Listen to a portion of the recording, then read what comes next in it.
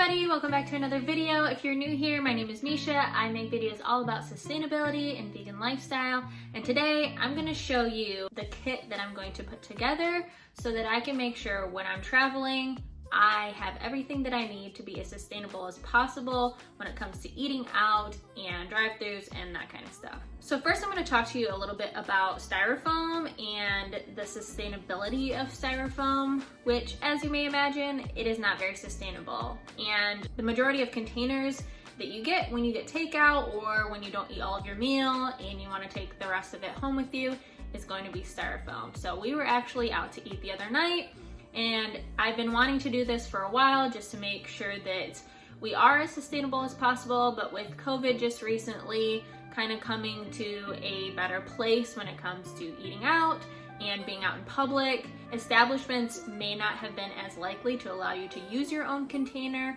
or maybe you get the side eye, but it's not necessarily against the rules. So when I'm looking up statistics about styrofoam, I know that whenever I flip over a styrofoam container, sometimes it has like a 7 or something on it. However, that doesn't mean that it's recyclable. If your recycling facility only goes up to number 5, for example, which unless you live in a large city and they have the capacity for numbers beyond 5, styrofoam, the large majority, is not going to be recycled.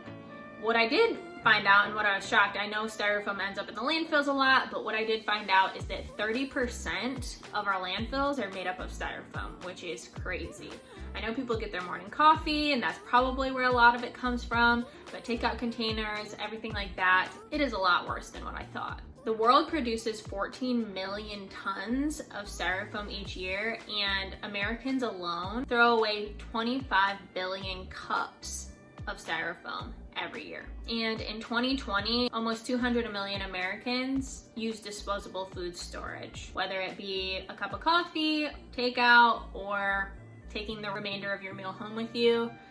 Styrofoam has made its way into everyday life for some people. There may be some cities that you live in, which would be very cool. If you do, leave a comment down below.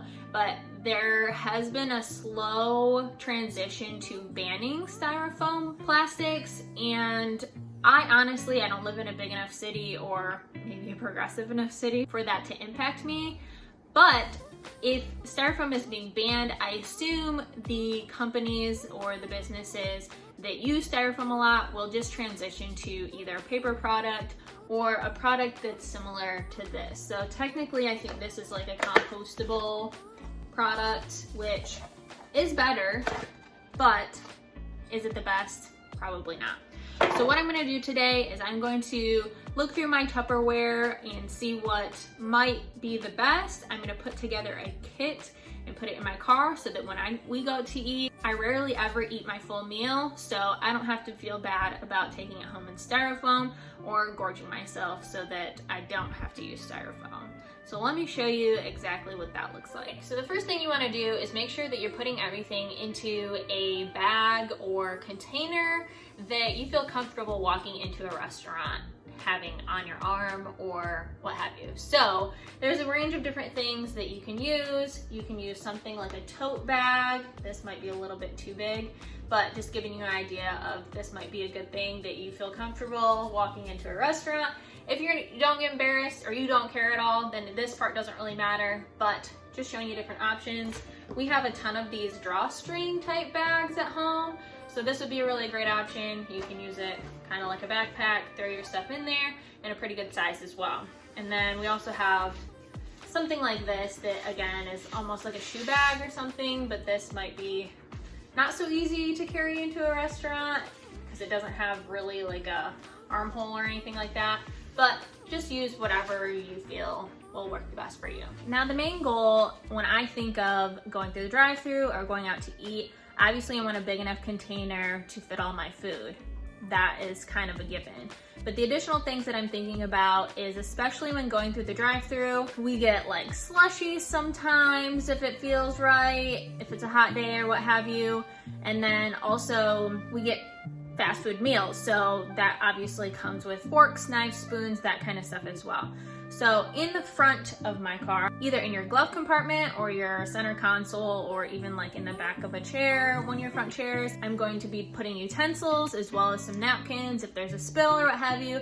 And then I can be confident going through the drive-thru and saying, please don't include utensils, straws, or napkins in my meal. Sometimes they won't listen, or sometimes it's just natural for them to throw all that stuff in even if you ask for it. But knowing confidently that you already have those things, instead of thinking, oh, where did I put this, to have an exact place for it. And then in the back of my car, I have a laundry basket in the back of my car that has a random assortment of different things that I keep in the back of my car. So in that, I'm going to be putting my larger tote bag that has take-home containers along with it. And then I don't know if establishments are ready for this or prepared for this yet or comfortable with this yet, but you can also put a to-go bottle or coffee cup or what have you. And when you go to establishments, if you did want to go to Starbucks and get a drink, you can ask them if you can use your own container. So to be prepared with that as well could be helpful. All right, so let's talk about containers. As you can see, I have a plethora of different containers behind me here. I'm probably gonna put a couple different things in it. So this is something to where if you wanted to keep your meal at the same level and it wasn't just all like a casserole type thing and you wanted to separate it out, this is a flat enough container where you can do that. So I'll probably put something like this in my container. Also, if you have any sauces or anything with your meals, something like this might be a good thing to be able to contain that, so in case you didn't want to put it on your meal or wanted to keep it a specific way. I know that sometimes if you want to reheat something, you don't want the sauce on it already. You could also use something like this for a sauce. And then if you're eating something like a stir fry or something like that you won't really care if it's all jumbled up in the same thing, something like this might be good. Now I'm going ahead and assembling one front seat bag and one trunk bag for each myself and my husband. My husband's is going to be a little bit smaller because we use my vehicle to travel most times, but then at least we have it when we're ready to go. So I have my bags all packed up and in my car now. As you could see from the first large bag that I put together, I did put a couple different containers, a coffee cup, a gallon Ziploc baggie for use. So I put that in there because a lot of times when we go out to eat, we eat pizza. So that's an easy way to not to have to take a box home with us. I also put in there a little baggie of napkins and utensils. Now those are also things that we've gotten from places when they either put things in when we asked them not to or forgot to say don't include napkins and utensils. So I put that in there because a lot of times when we're traveling and we don't bring our own cooler or we don't bring a lot in our own cooler, we will go out to eat and have leftovers but still stay the rest of the weekend. So we want to still be prepared that we can eat the rest of it. Obviously you want to tailor this to yourself. If you want to use something different or if you have any ideas of what you could use, please leave them down below and comment down below of different ideas that you can include in your own kit. One thing I did think of is you could include like a jar like this that has the ounces on there for you. If you get coffee often at a certain place and they know that a large size coffee is 16 ounces, then they can know without having to fill up a disposable cup and then pour it into your reusable cup, then they can know for sure that they're not giving you any more than what they're allowed to. So this is a good idea, maybe if you have a different container that's not a mason jar, but this will work as well. And then, like I said, I packed disposable items, but you can also pack items that are not disposable. So if you want to use like a napkin that is washable instead of using napkins that are disposable, you can definitely do that. If you use chopsticks, you can put those in there.